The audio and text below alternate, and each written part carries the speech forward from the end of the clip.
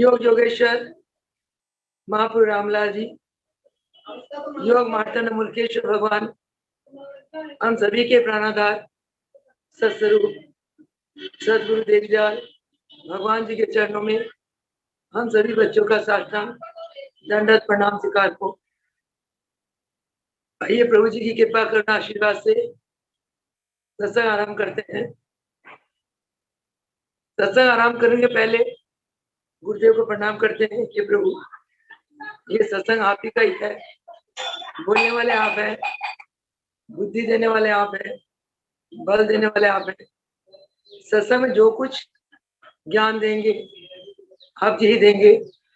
हम बच्चों पे ऐसी कृपा बनाए रखें कि आप जी के ज्ञान को हम अपने हृदय पटल में उतार लें, हमारी बुद्धि आप जी के दिए हुए ज्ञान के अनुसार चले और आप जी का आशीर्वाद को हम प्राप्त करके अपना जीवन जन्म धन धन बना ले। हे प्रभु आप जी को बारंबार प्रणाम, कोटिश कोटि प्रणाम।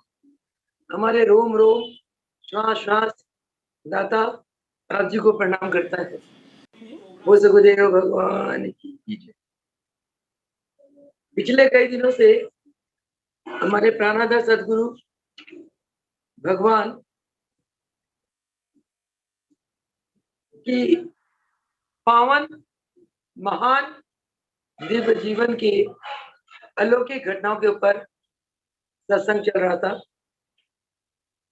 कल जो सत्संग में जो महाराज जी ने हमें प्रकाश डाला, उसमें महाराज जी ने ये बताया कि कितनी व्याकुलता थी महाराज जी के हृदय में गुरु के मिलन के लिए। माता पिता से आज्ञा मांगी, माता पिता ने आज्ञा नहीं दी, इसी डर से कि महाराज जी के बड़े भाई गोवर्धन दास जी वो भी संतों के चरणों में समर्पित हो गए थे। माता पिता ने सोचा कि ये हमारा दूसरा पुत्र ये भी ना संत बन जाए, इस डर के मारे उन्होंने आज्ञा नहीं दी। पर महाराज जी मस्त रहे। महाराज जी ने कीर्तन और बढ़ा दी।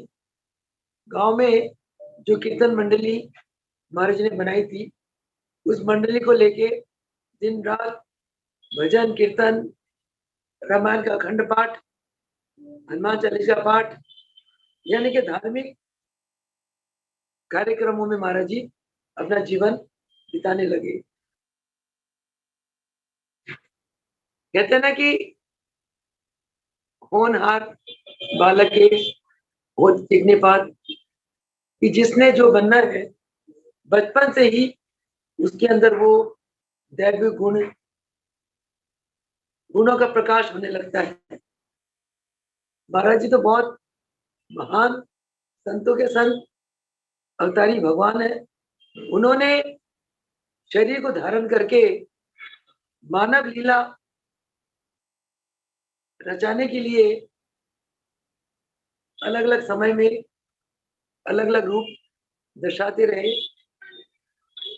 गुरु के मिलन से पहले बहुत व्याकुलता दर्शाई। फिर जब कहते हैं ना महाराज जी फरमाते हैं कि जब हमारे इस मनुष्य चोला में जब पुण्य कर्म बढ़ जाते हैं तो सतगुरु भगवान की मिलन होती है। तो महाराज जी ने दिन रात रामायण, भगवत गीता, योग, महाराज जी फरमाते हैं कि यदि हम दान भजन कीर्तन पाठ करके अपने पुण्य कर्मों को बढ़ा लेते हैं तो पूरा सदगुरु की प्राप्ति हो जाती है। तो महाराज जी ने जैसे पहले तो माता पिता ने आज्ञा नहीं दी कि तुम जाओ गुरु के चरणों में। बाद में जब महाराज जी बहुत व्याकुलता में भक्ति करने लगे, योग वशी का पाठ, भगवत गीता का पाठ, हनुमान चालीसा का पाठ करने लगे तो महाराज जी एकदम मनुष्य तन में पुण्य कर्म पुण्य फल जाग गए। और इस पुण्य फल के फल स्वरूप, पुण्य कर्म के फल स्वरूप उनके चाचा जी, जिनके प्रति उनकी माता जी को बहुत आस्था था, विश्वास था, तो चाचा जी ने माता जी को कहा ये माँ कि बहन जी, ये बच्चा तो आपके 21 कुलों को तारने वाला है, ये भगवान का साक्षात अवतार है, आप चाहे इसे रोको या ना रोको, इसने भगवत मार्ग में तो चलना ही चलना है, इसलिए आप इसे जाने दें। तो महाराज जी ने 6 मास के लिए आज्ञा मांगी, परंतु माता पिता ने 2.5 मास की आज्ञा दी और गांव हवेली दीवान के लोगों से भावभीनी विदाई ली महाराज जी ने। गांव वालों ने महाराज जी के प्रेम में बहुत आंसू बहाए, क्योंकि महाराज जी पूरे गांव में भगत जी के रूप में बहुत मशहूर थे। महाराज जी गांव वालों की बहुत निष्काम सेवा करते थे, भजन कीर्तन के जरिए उन्हें बड़ा आनंद प्रदान करते थे, उनको शांति मिलती थी। और जैसे वो लोग दिन भर परिश्रम करके घर आते थे और आकर सत्संग में जाते थे, तो उनकी सारे दिन भर की थकान निकल जाती थी। इस करके महाराज जी गांव में सर्वप्रिय हो गए।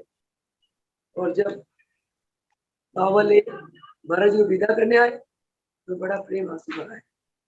इसके बाद आइए आज का सत्संग सुनते हैं। पूरन सतगुरु से मिलन, मुल्केश्वर भगवान से महाराज जी का मिलन कैसे हुआ।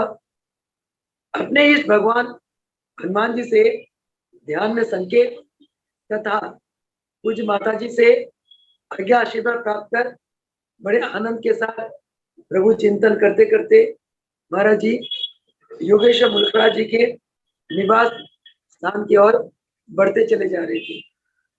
इधर घटकट के जानन हर दादा गुरुदेव योगेश्वर मुल्कराज जी महाराज जी जान गए थे कि आज महाप्रभु जी की भेजी हुई एक दिव्य आत्मा पूर्वले जन्म संस्कारवश हमारे पास शिष्य बनने के लिए आ रहे हैं। उन्होंने गृह में उपस्थित सभी शिष्यों को आज्ञा दी कि आज महाप्रभु जी का नीच आत्म स्वरूप बालक हमारे पास आ रहा है, उसकी रहन सहन व भोजन आदि की व्यवस्था की जाए। इस प्रकार आज्ञा देकर योगेश्वर श्री मुल्कराज जी महाराज प्रसन्न मुद्रा में बाहर सड़क तक आए और पास खड़े 2 दुकानदारों को कहा कि एक युवक मस्ती में झूमता हुआ इस ओर आएगा, तो उन्हें हमारे पास ले आना। इतने में कुछ क्षण बाद आपने उन्हीं दुकानदारों से योगेश्वर श्री मुल्कराज जी महाराज जी के निवास स्थान के बारे में पूछा, तो उन्होंने गुरुदेव को संकेत किया और मुल्कराज जी महाराज के चरणों में महाराज जी को ले आए। आपने देखा कि सामने आसन पर दिव्य आभा मंडल से सुशोभित पगड़ीधारी रूप में योगेश्वर मुल्कराज जी महाराज जी विराजमान है। उनके दर्शन कर आप गदगद हो गए। गुरुदेव मुल्कराज जी महाराज जी के दर्शनों से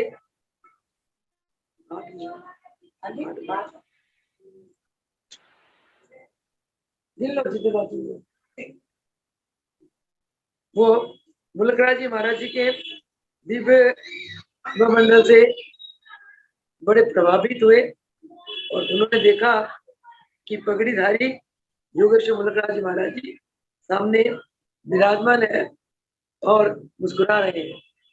उनके चारों तरफ महाराज जी ने प्रकाश ही प्रकाश के दर्शन किए और ऐसा दर्शन पाकर महाराज जी बहुत गदगद हो गए और मुल्कराज जी महाराज जी को बड़े श्रद्धा से ही दंडवत प्रणाम किया। यानी कि गुरु और शिष्य का जो पहला मिलन हुआ, पहला मिलन में एक दूसरे के प्रति लोहे चुंबक की तरह आकर्षित हो गए। अंत में अंतःकरण में गुरुदेव की ऐसी आनंद की लहरें उठी कि उनको ऐसा लगा कि मेरे पूर्व जन्म के सदगुरु भगवान आज मुझे मिल गए, और जिन्होंने कलिकाल के जीवों को उद्धार हेतु अवतार लिया। आपके इस प्रेम को देखकर मुलकराज जी महाराज जी ने आपको वरद हस्त आशीर्वाद दिया और मर्यादावश परिवार का कुशल मंगल उससे फरमाया कि बेटा, क्या आपने कभी कोई इष्ट की सिद्धि की है? यानी कि मुलकराज प्रभु जी उनको पता था कि रामलाल प्रभु जी के विशेष, उनकी भेजी हुई विशेष दिव्य आत्मा है, परंतु क्योंकि जब महापुरुष मानव चोला को ले लेते हैं तो उन्हें मानव चोला का मर्यादा को निभाना पड़ता है। तो मर्यादा बस उन्होंने पूछा कि क्या घर में सब कुशल मंगल है? तो गुरुदेव ने फरमाया, हाँ महाराज जी, आपकी कृपा से सब कुशल है। फिर प्रभु जी ने, मुलकराज प्रभु जी ने महाराज से पूछा, क्या बेटा आपने कभी कोई इष्ट की सिद्धि की है? तो महाराज जी ने फरमाया कि हाँ गुरुदेव, मैं भगवान हनुमान जी को उपासना करता हूँ। ऐसा सुनकर गुरुदेव ने आज्ञा दी, बेटा ठीक है, हनुमान जी को उपासना करो, हनुमान जी के घर में बैठो।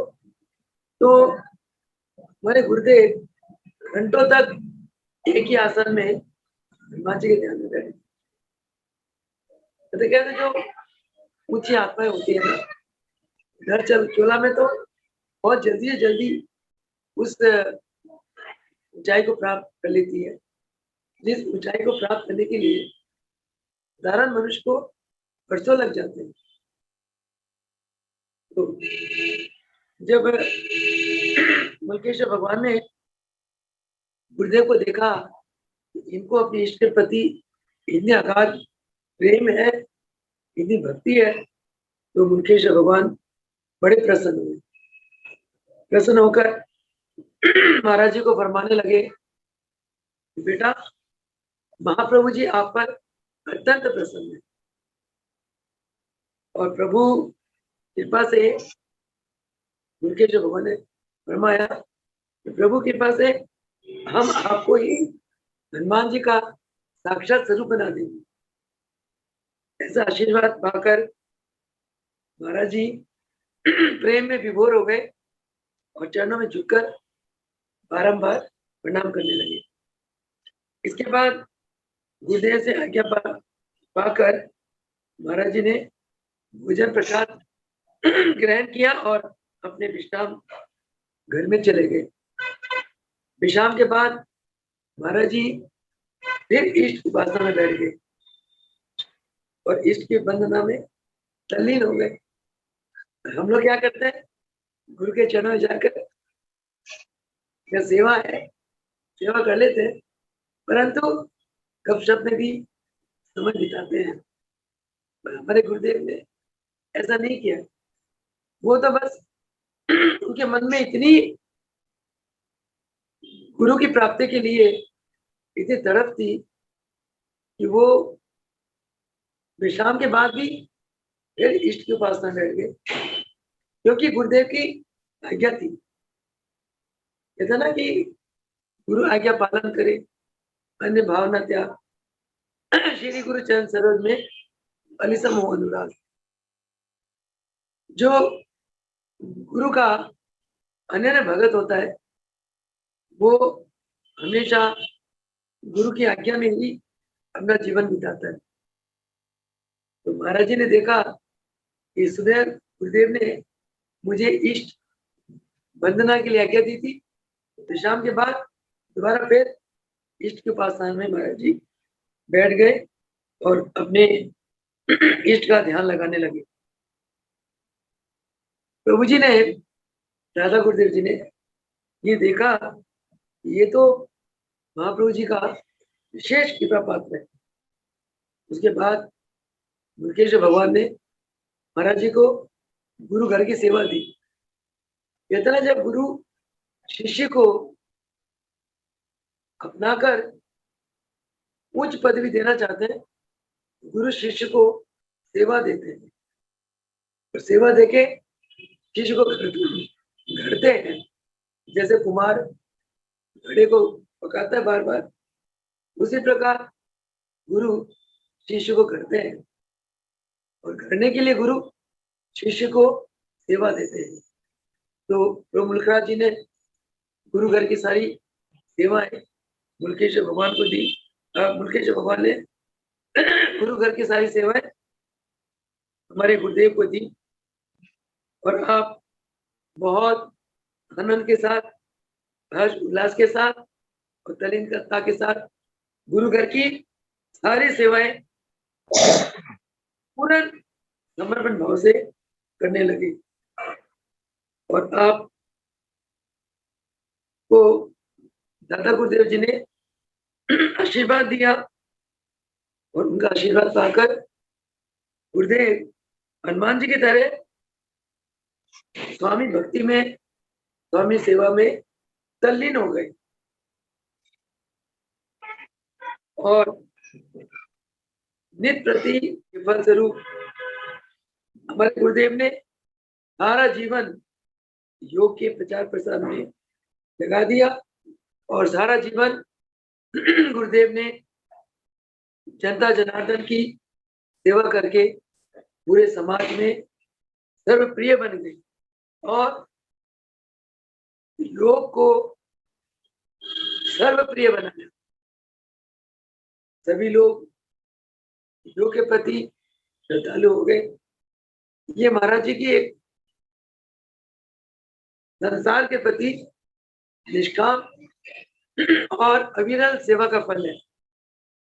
महाराज जी ने असंख्य नर नारी को तन मन धन और आत्म रूप से लाभ पहुंचाया, और भक्तों को भगवान प्राप्ति के साधन सिखलाए। इसी के फलस्वरूप हमारे गुरुदेव ने पूरे देशों में अनेक योग मंदिरों की स्थापना की। इसके बाद इतने में ही आज इस सत्संग का विराम देंगे। कल हम सत्संग में गुरु घर की सेवा, हमारे गुरुदेव ने गुरु घर की सेवा किस प्रकार निष्काम भावना से अपनाए, उसके पर प्रभु जी प्रवचन करवाएंगे। आज इतने में ही वाणी को विराम देंगे। हो सदगुरुदेव भगवान, योग योगेश्वर महाप्रभु रामदास, मुल्केश्वर भगवान, देवीदास भगवान की। सभी भक्तों को प्रभु जी का बहुत बहुत आशीर्वाद। प्राणादार गुरुदेव जी के शुभ जन्म दिवस पर 20 और 21 मार्च को आप सभी पधारे और प्रभु जी का आशीर्वाद दें। बोल सदगुरुदेव भगवान। 6 महीने और नहीं है।